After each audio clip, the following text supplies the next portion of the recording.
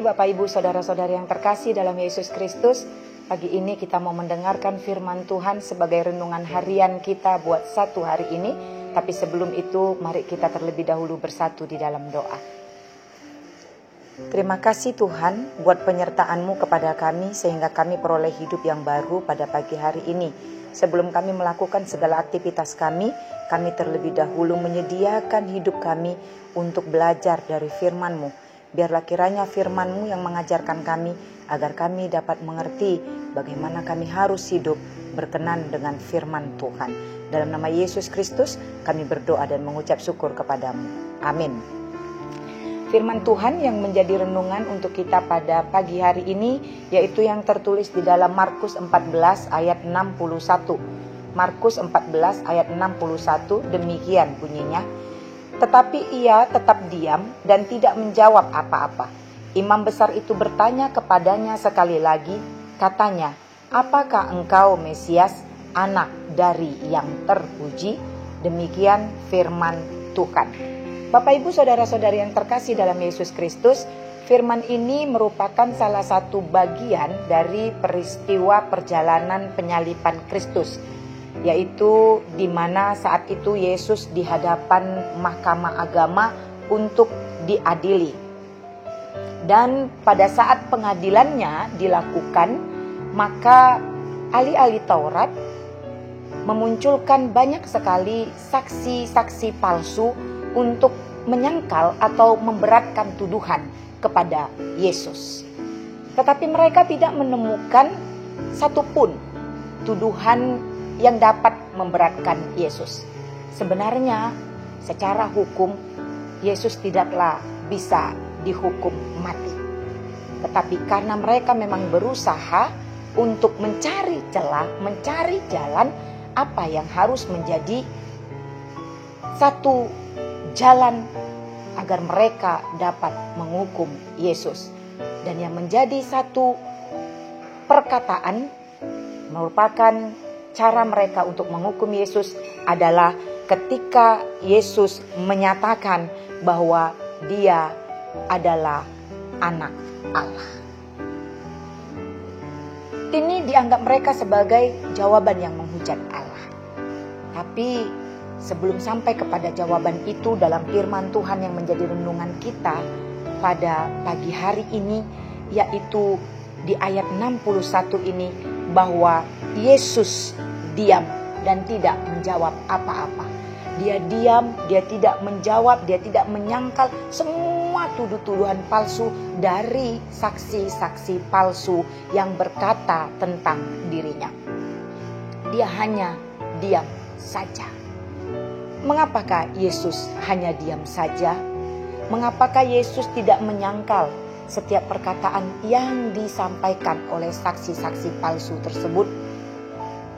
Yesus diam bukan berarti dia takut. Yesus diam bukan berarti dia tidak tahu mana yang benar dan mana yang salah.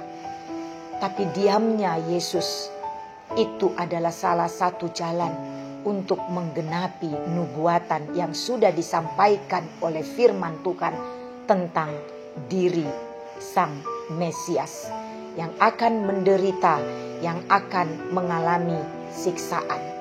Diamnya Yesus ini hendak menyatakan bahwa dia taat kepada apa yang diperintahkan oleh Bapanya yang menyuruh dia datang.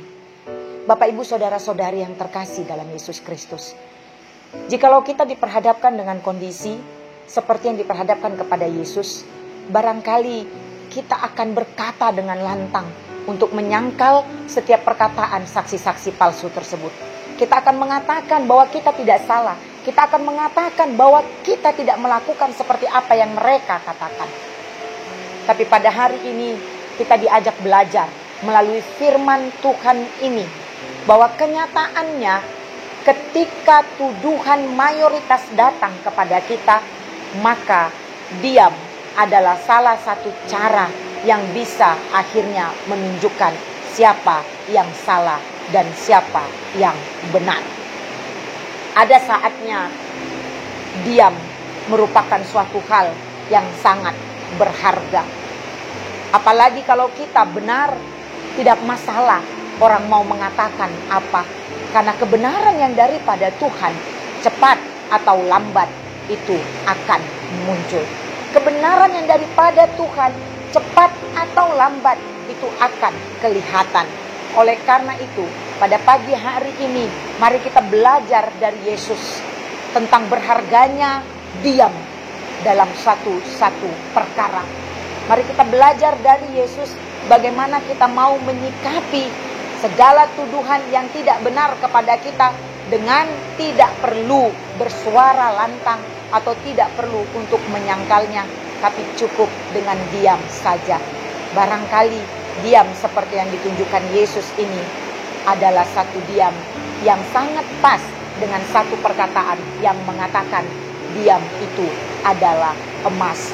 Marilah kita melihat kondisi-kondisi kehidupan kita pada zaman ini.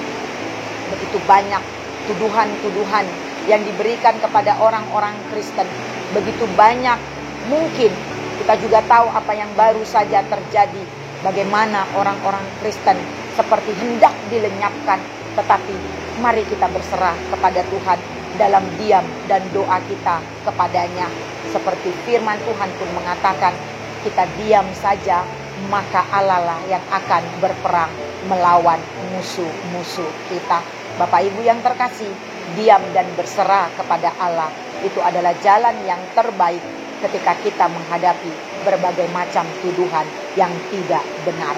Oleh karena itu, kita belajar dari Yesus yang mengajarkan kita pada saat ini, pada satu hari ini, untuk menyikapi satu masalah dengan tetap diam dan berserah. Amin. Kita berdoa. Terima kasih Bapa di surga karena kasih setia Tuhan yang tetap mengajarkan kami melalui firman-Mu pada pagi hari ini. Kuatkan kami dan mampukan kami untuk melakukan firman-Mu seperti yang sudah Yesus ajarkan bagi kami. Biarlah kami dengan penuh keyakinan dalam iman kami untuk mengikuti seperti cara yang ditunjukkan Yesus, agar pada satu titik tertentu kami perlu untuk berdiam diri.